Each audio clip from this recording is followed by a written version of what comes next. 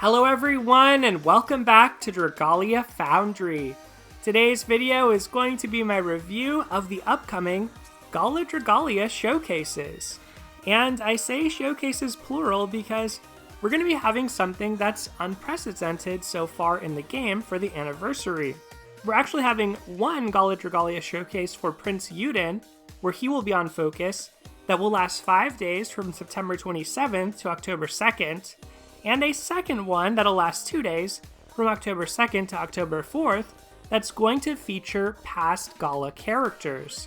So due to the unprecedented nature of these two showcases, I wanted to make this video today to give you some advice on how to summon across these two showcases, which ones to go for, what to target, and especially if you're a newer player, this is the best time to summon that you will see in a long while.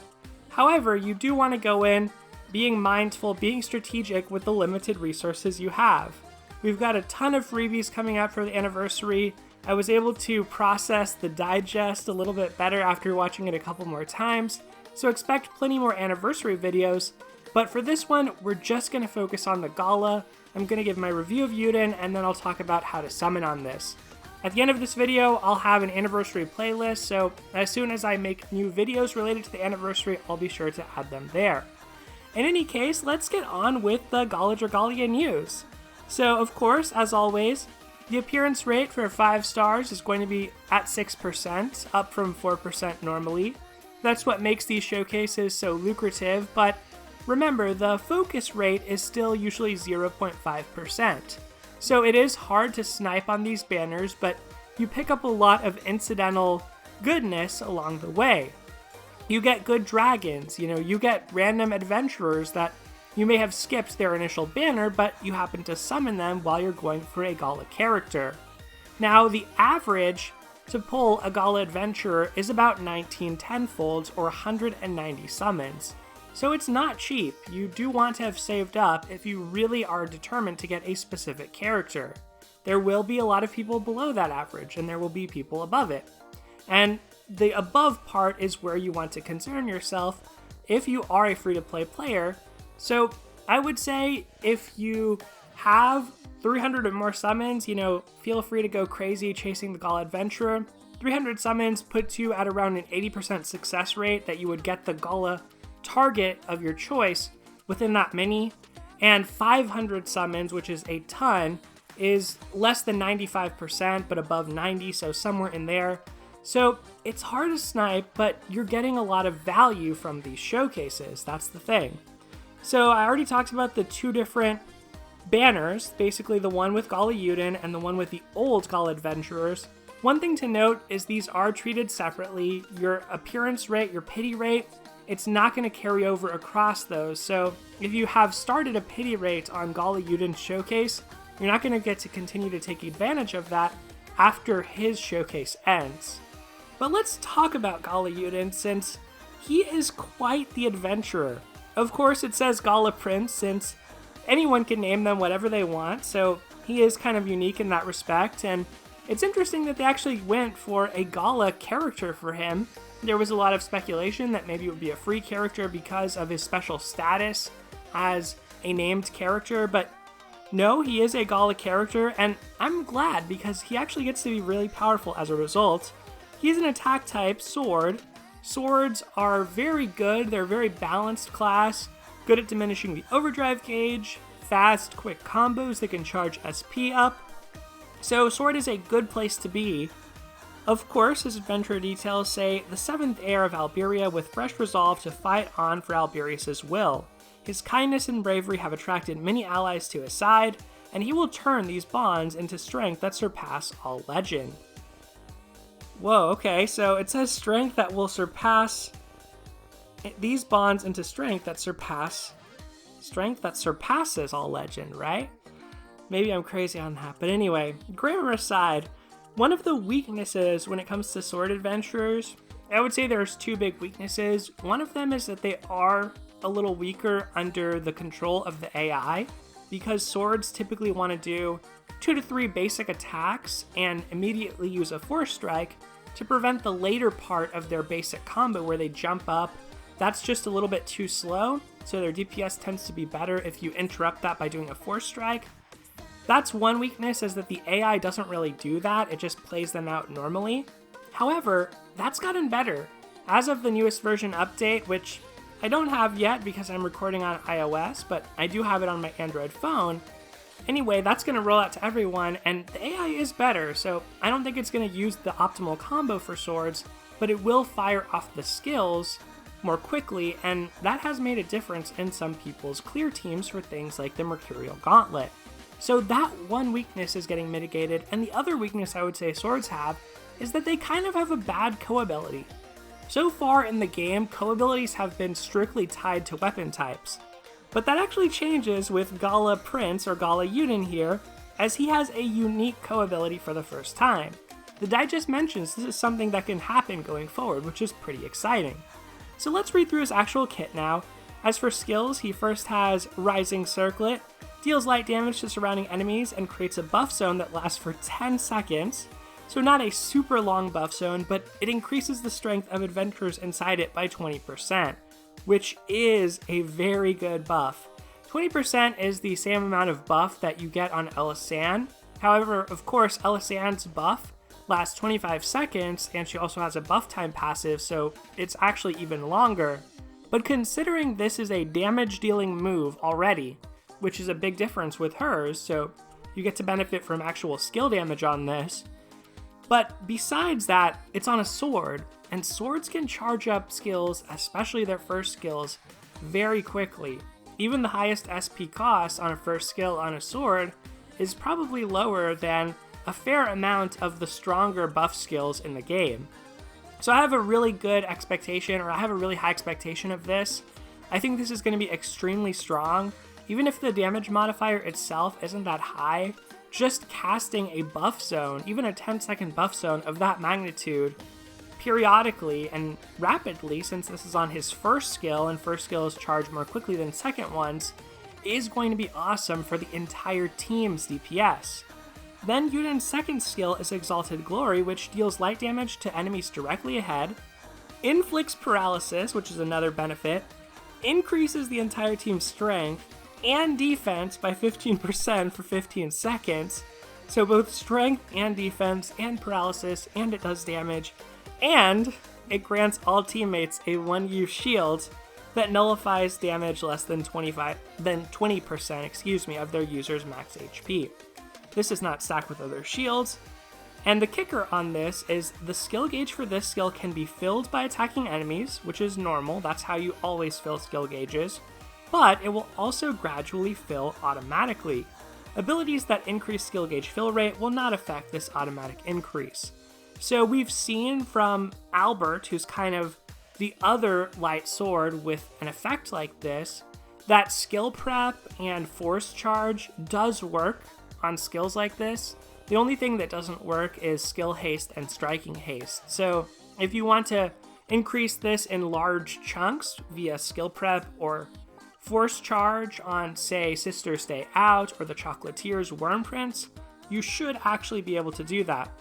The other thing we don't really know about this, Albert, he has such a high SP cost on his second skill that it's basically as though normal attacks don't fill up his skill gauge at all.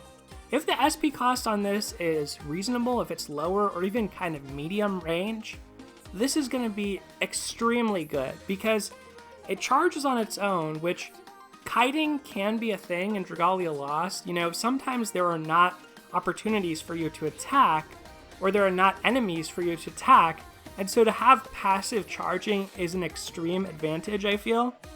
But besides that, you know, even if you could just charge this by attacking, which you can, it's a good effect. You get so many riders on this. You get a defense buff to your team. If you have any strength double buff abilities, that translates into a strength buff. There's also just a pure strength buff on this.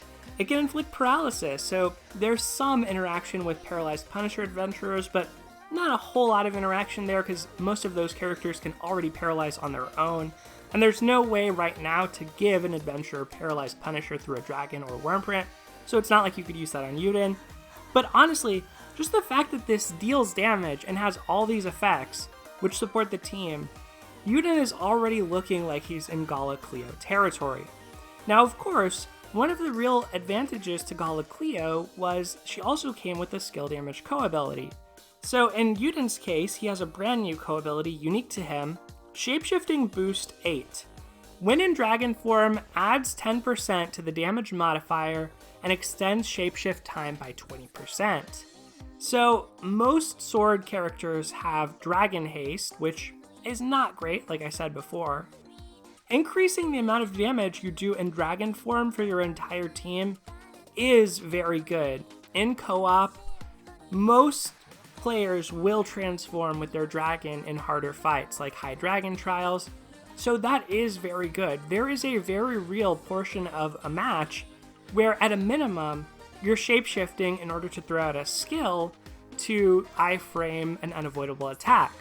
So the examples that come to mind are, of course, against High Jupiter. A lot of people use their dragon to iframe the Electron Outburst.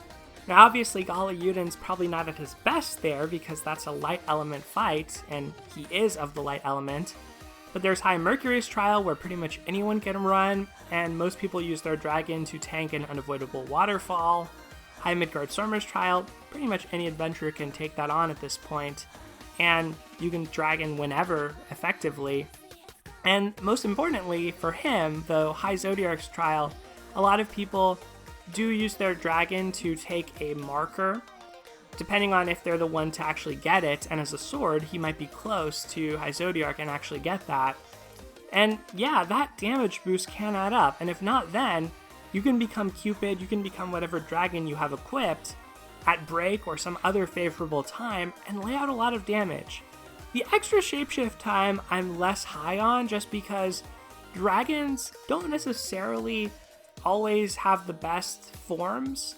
A lot of times it's great to be your adventurer because you can continuously charge up your other skills, but while you're a dragon, you're kind of stuck just doing whatever combo the dragon comes with, and if it's a weaker combo, like in the case of, say, Popstar Siren, then you're actually kind of hurting your DPS. So that's almost a balance to the extra dragon damage in my opinion, but there are dragons like Leviathan who have a very good dragon form, so if you're using him in a mixed team comp, which is where I expect Gala Euden to shine, for something like the Mercurial Gauntlet, he could be really good with this co-ability. Next, he has Dragon's Light's Resolve 2 as an ability, reduces dragon gauge depletion over time by 30% and increases attack rate when shapeshifted by 10%. Honestly, the wording on this isn't super clear, but basically if it's reducing the dragon gauge depletion over time, it's decelerating the rate at which you become a human, so I think this is effectively extra shapeshift time. But I wonder why it's worded this way. I don't know that this would affect the damage you take when you're a dragon, affecting your time remaining. I'm not 100% sure on that, but that might actually be in the trailer. But either way, I feel like this ability is good for the attack rate. The depletion part is just okay, but you're going to be in a dragon a long time between all these abilities. Let's keep going. We have Sacred Shield 2, reduces susceptibility to poison and curses by 100%.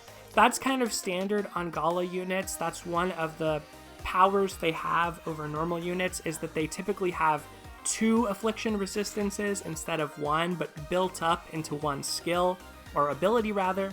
And then finally, Draconic Charge of 2, fills 50% of the user's dragon gauge when their HP drops to 30% once per quest.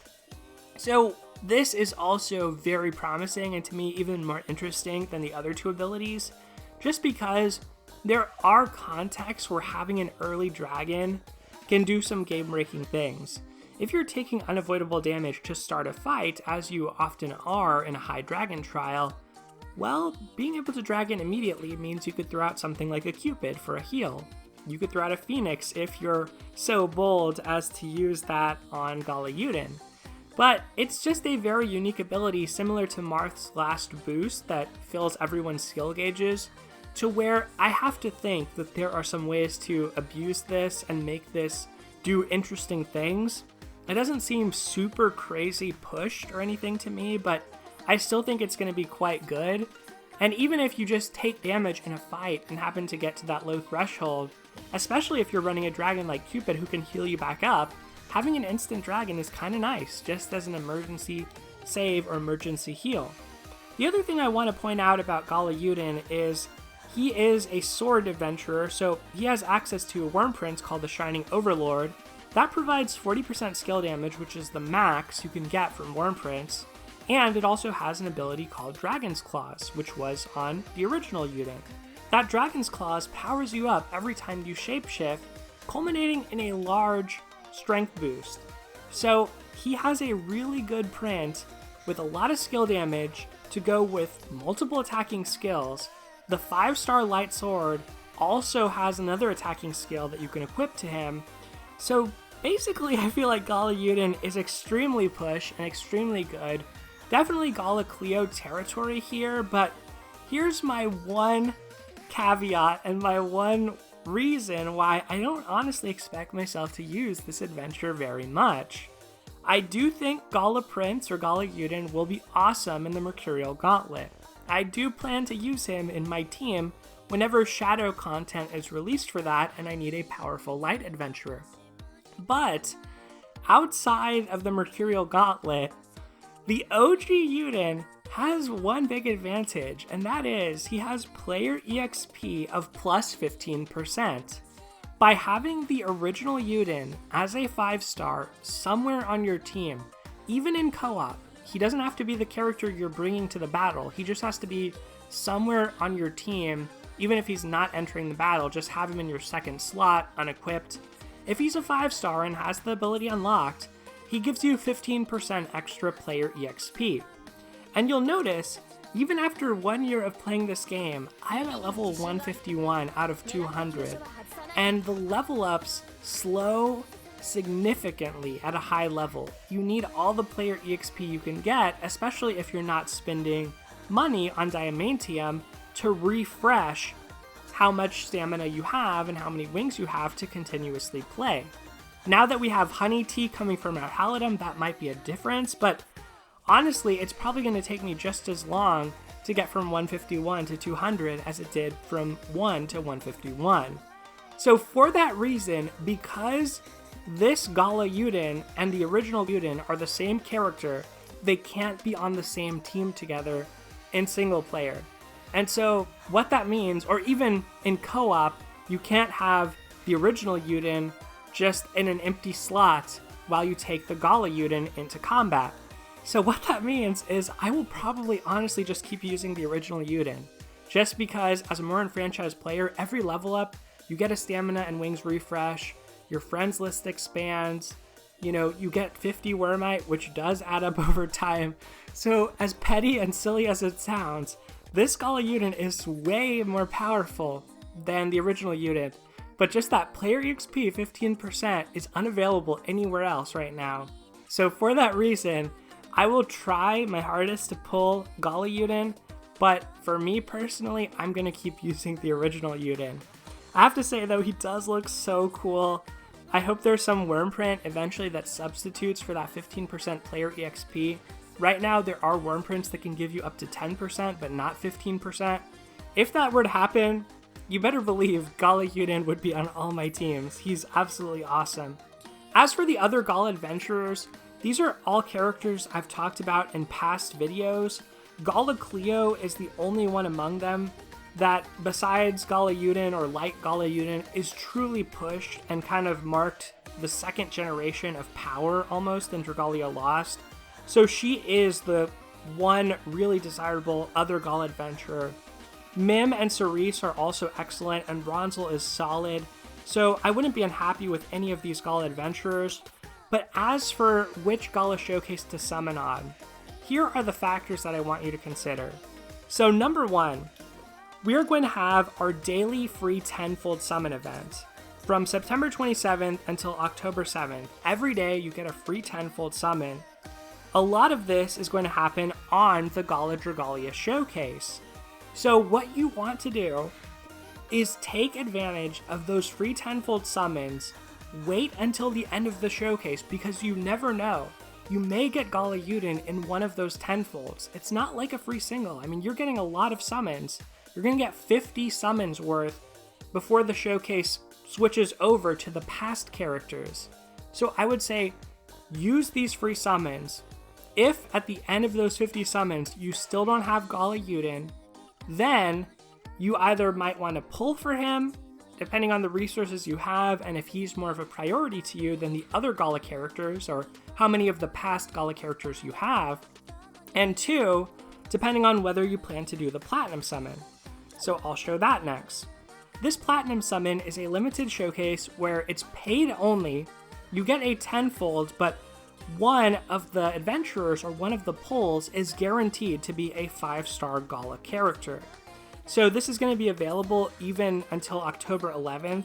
So if you don't get a Gala character through normal summoning, or if you want to do this earlier on that last day of Gala Euden's showcase, you can do this, and that's what I would suggest. On this, you can either get Gala Euden, Cleo, Mim, Ronzel, or Cerise. So basically what I would say is, do those free summons, see if you get Euden. If you don't get Euden, and you want to do the Platinum and see if you get Euden. If you still don't get Euden, then you have to make a decision.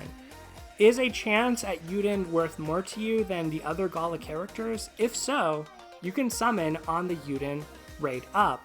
However, if you're missing a lot of the other Gala characters, then you might honestly want to wait and summon for them, because Gala Cleo is still extremely good, and if you're missing her being on a raid up is probably worth it, considering the other Gala characters are also on a raid up.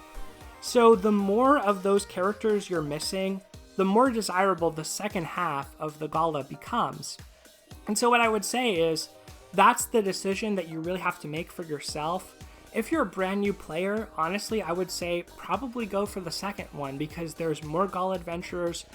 As good as Gala Euden looks, probably all those 4 other Gala adventurers are still going to be extremely good for most of the content you're doing, and Gala Cleo is similarly pushed to him, so there's at least one character who's just as powerful.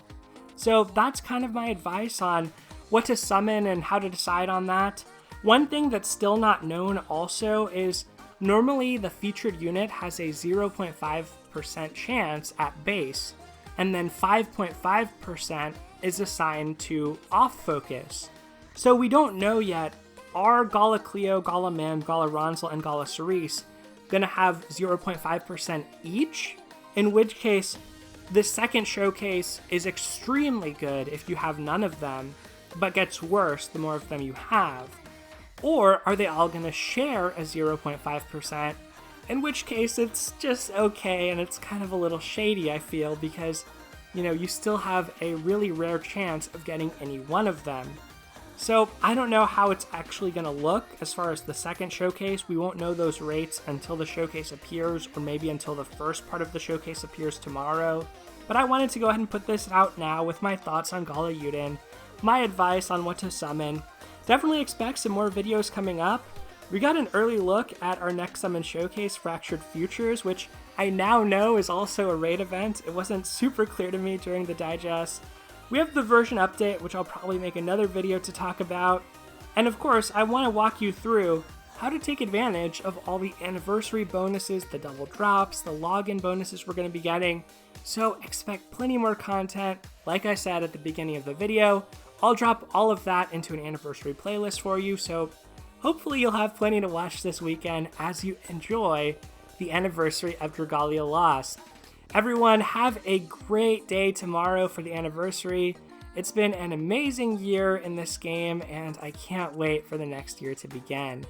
Thank you, as always, for watching. Take care, and I'll see you next time.